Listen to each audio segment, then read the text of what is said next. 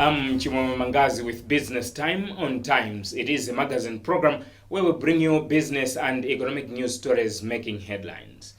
In the program today, Minority Shareholders Association advocates for independence of the Malawi Stock Exchange. Also in the program, we find out the impact of COVID-19 precautions on business flow. We have these and other stories.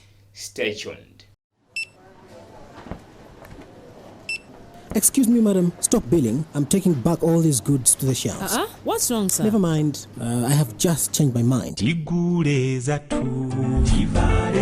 Excuse me. I just noticed you returned all the goods you meant to buy. What went wrong? Some of these products are not originally made here in Malawi. But these goods have a logo to authenticate them. And we manufacture them ourselves. Then it means you're not registered with Buy Malawi Strategy. This logo here with a tick is not correct. How? All products and services registered with Buy Malawi Strategy have an original logo approved by government through the Ministry of Industry, Trade and Tourism that really authenticates your product as a Malawian product. Now once you register, your product and service will be recognized as Malawian. Look, we must buy Malawi to build Malawi. You can find out more from Buy Malawi Secretariat or call them on 01 770 244 0993 707 729 or 0999 528 510. You can also simply email info@buymalawi.mw. Buy Malawi, tukondendi kunyadira za Malawi, tikamagula.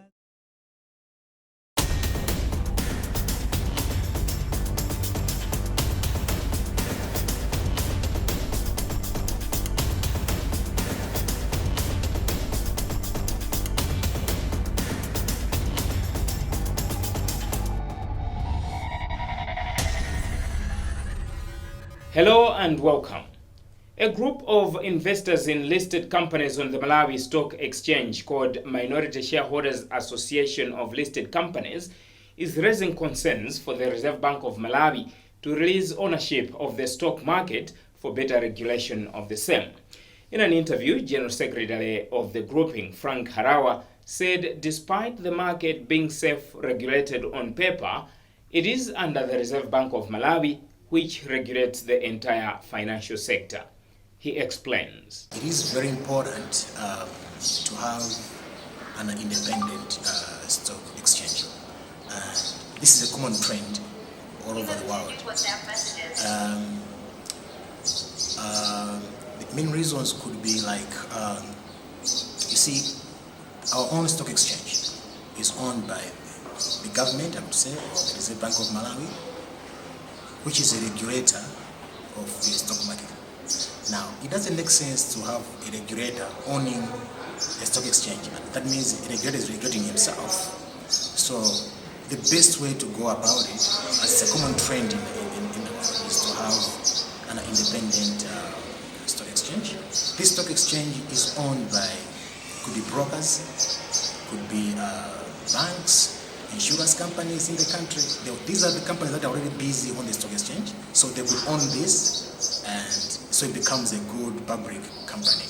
At the same time, what happens is that the stock exchange itself, once it comes in the public hands, it can also register itself.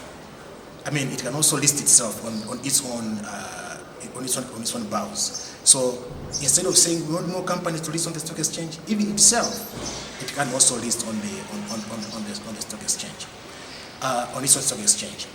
Again, it also improves integrity because a company owned by government, people have doubts, questions, but if it's owned by the public themselves, I think it's easier to have checks and balances and transparency.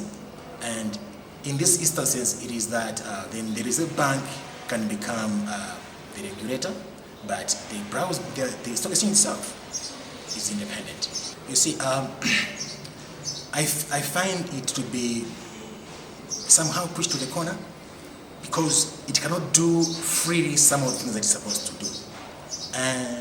And for example, sometimes you find the regulator himself may be not doing things considering the other shareholders. I'll give you an example of 2018 when we were doing the dematerialization. At the time when we were doing the dematerialization, which was not even well welcomed by the public. At the same time we're doing the demonetization, the stock exchange, the Reserve Bank was also changing the board of the stock exchange. And at the same time, the Reserve Bank was also initiating the change of the CEO of the Malawi Stock Exchange. And this was terrible, scary to shareholders. MSE Chief Executive Officer John Kamanga said the market was initially established by RBM and the Ministry of Finance because the private sector had no capacity to set up such a market at the time. And RBM spokesperson Mbani Ngwira said the association should follow proper channels and write the Registrar of Financial Institutions on the matter.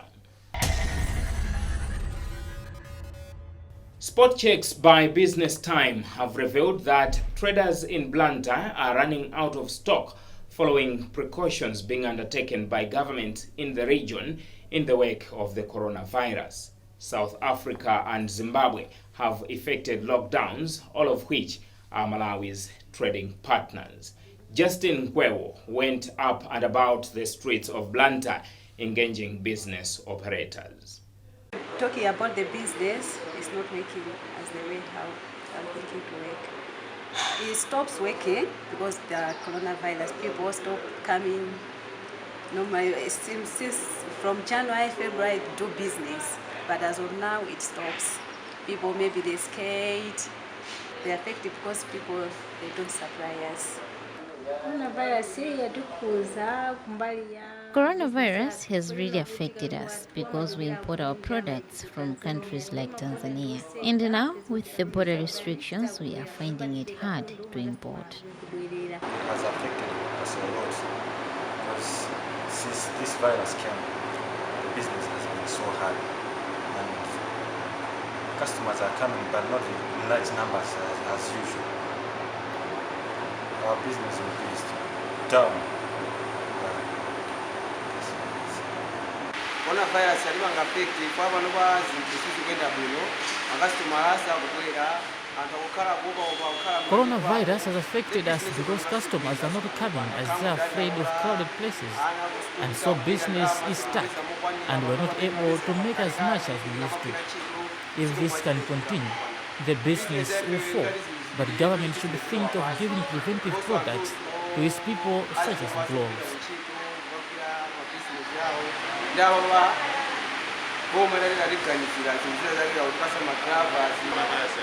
The business has been highly affected because people are afraid to travel as they are cautious of meeting people who are infected with coronavirus.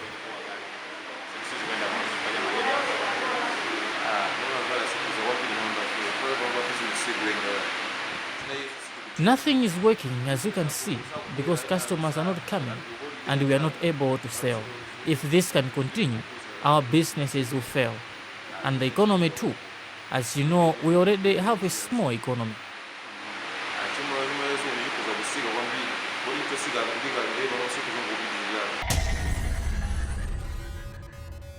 Energy generation company Egenco is confident to meet its target of increasing installed electricity to 1,687.5 megawatts by 2033. Our journalist William Kumwembe has the whole story. In Malawi, where only 12% of the population has access to electricity, access to reliable power sources remains a challenge. In the country, we heavily rely on water as the major source of energy, hydro energy generation. And this has, to a greater extent, put the position of the generation at risk. We've noted in the recent past there's been issues regarding to improving the situation. We're here at the Kapichira hydropower plant, where we want to have a feel and an experience on how the process is going like as we speak.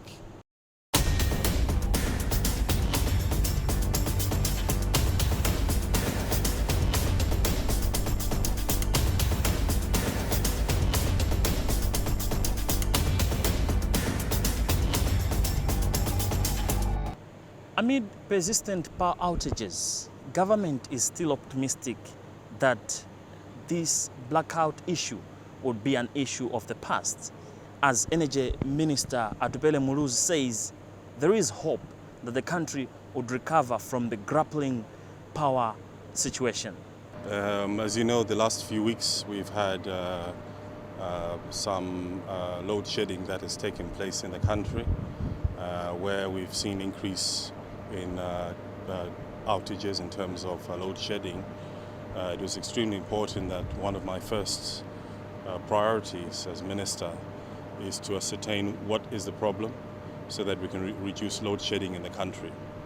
We are aware that, as you know, Kapchira 1 and 2 is undergoing maintenance at the moment, and this maintenance will take a few days, probably a week or so. There are 4 machines at Kapchira. 2 of those machines were commissioned in the year 2000, and the other 2 were commissioned in 2014. And the total output per machine is around 32.4 megawatts. So we have 2 machines that are out. So in total, over almost 65 megawatts that is off grid. Now this machine is one machine is being repaired. We have had the equipment that is come in. The bearings have come in this week. We should see the machine online within a week or so. So that'll give us an additional 32 megawatts. Meanwhile, Egenco feels it is still on course with its effort to increase the generation capacity in the country. Its Chief Executive Officer is William Liabunya. As you are aware, we have been giving updates all along about the 2 machines that have been available at Kapchira since December, I think. And I'm glad today, as you may have seen, at the machine that we are now installing back the bearing that went to South Africa for repairs, and we're glad that it came just on time. And we are sure that before the end of next week, this machine adding 32.4 megawatts could be back online, and this should relieve the situation that is on the ground now. Yes, we're online with our strategic plan. We'll be conducting a review next month, a quarterly review of the strategic plan. But you may have noted that we have another projects that are online. We have the Likoma and Chizumulu Island Solar hybrid project, which is under construction. Have been affected because of the COVID, because the contractor is from China, so manufacturing was affected. But it's a project that is according to the strategic plan and it's online. We were expecting that by July this year, we could commission the Likoma and the Chizumulu Solar. We also have a coal-fired project. You are aware about the Kamwamba coal-fired project, which is part of our strategic plan.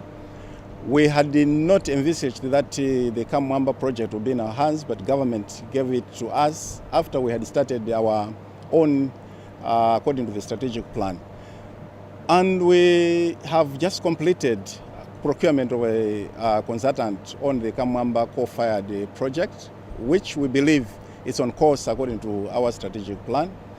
And you may have seen in the papers that we also advertised for a consultant for the mini grids in the central region.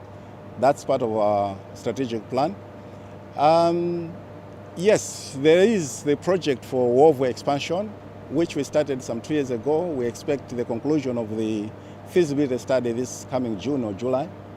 And after that, we should go into the launch of the project. And again comes the Mpatamanga project. You had seen in December, we launched the project launch for search of a strategic partner. And the tender for the same was launched in February and is closing this March end. So from that, you can see that we haven't strayed away from our strategic plan. We're on course. When power cuts, big firms must either shut down or increase production costs by use of alternative source such as diesel generators. This has proven to be too expensive for the economy, which is still at its infancy stage, which means growth prospects could be affected if there's no substantial growth of the energy sector. Remember, this is Business Time on Times with me, Chimwemwe Mangazi. It is a magazine program where we bring you major business and economic news stories making headlines. We'll be right back. From the beautiful sorghum fields to the adorable maize plantations, we bring to you the beer that Africa has endorsed. It's the beer that gives you the flavor and super taste for 30 days. Introducing the 3 new flavors: choco flavor in 650 ml, pineapple flavor in 1 liter and 650 ml, and tropical flavor in 650 ml. Go grab a cold flavor now. Chibuku Super. Taste the goodness.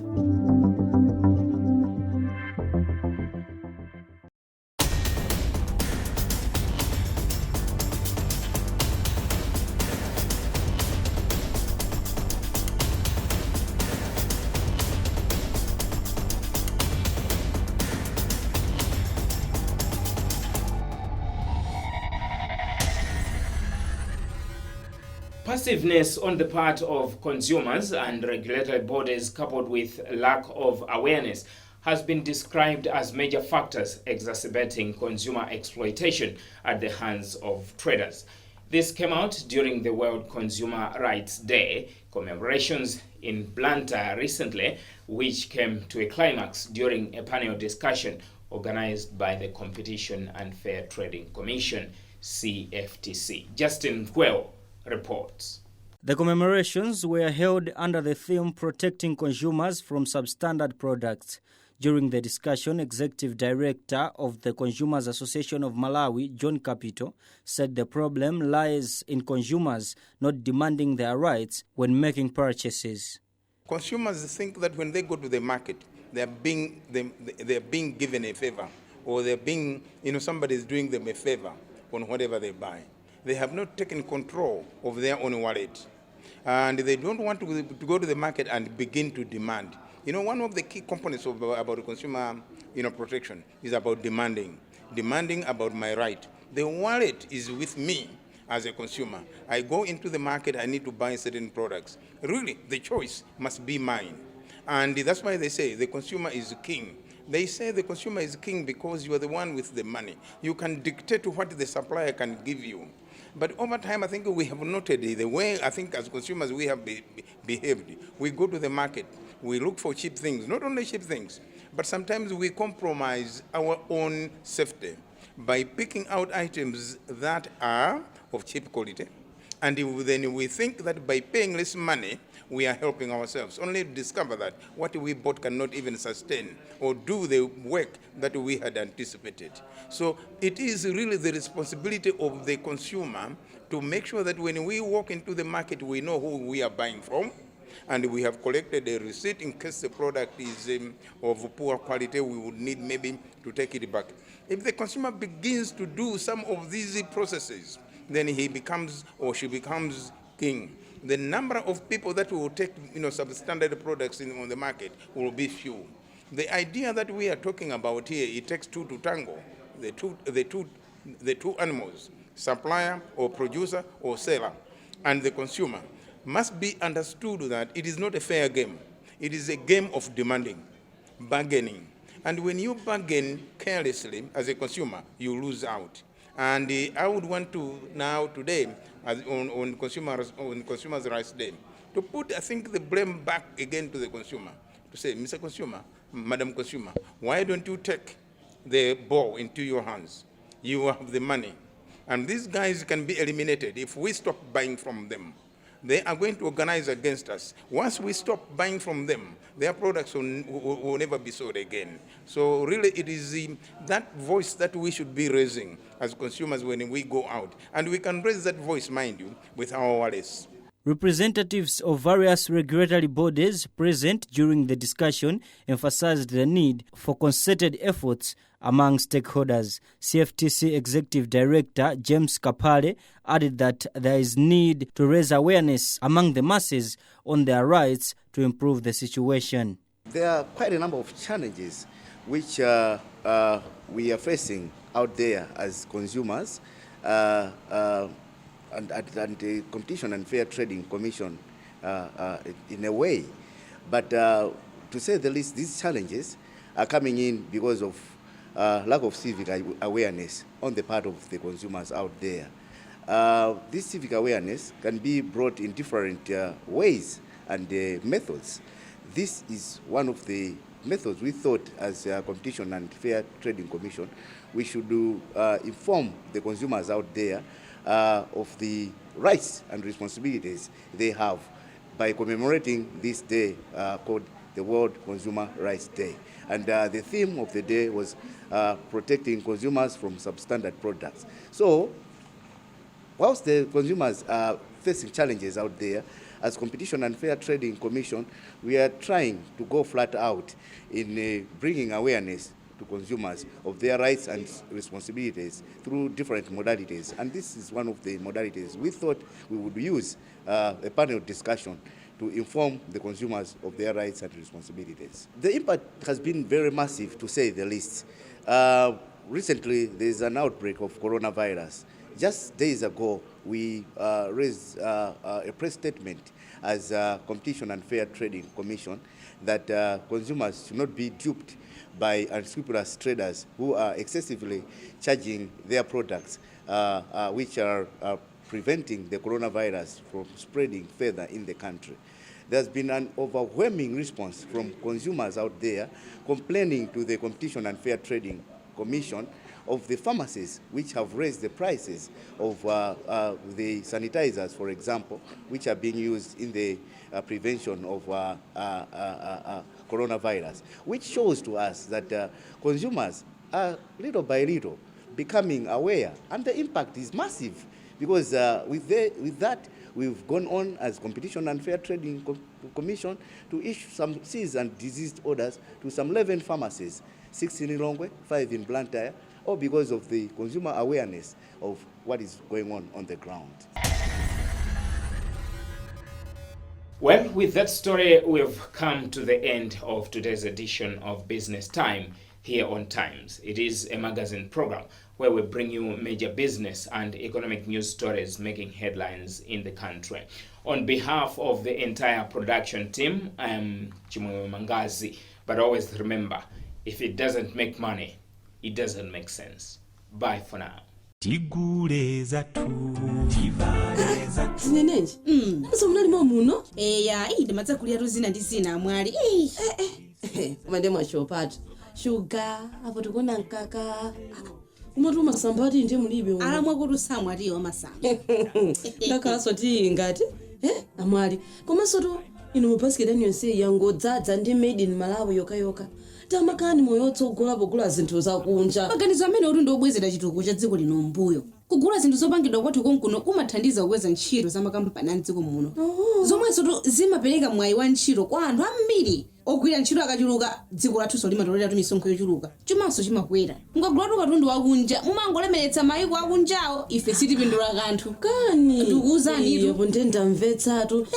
Tandikire pompa. Nene ndikagule zinthu zathu za Chimalawi. Sindichedwa tandikire. Tikule zathu tikule dziko lathu. Ndidikire sindichedwa. Dziko lathu, By Malawi, tikonde ndi kunyadira za Chimalawi. Tikamagula za kunja.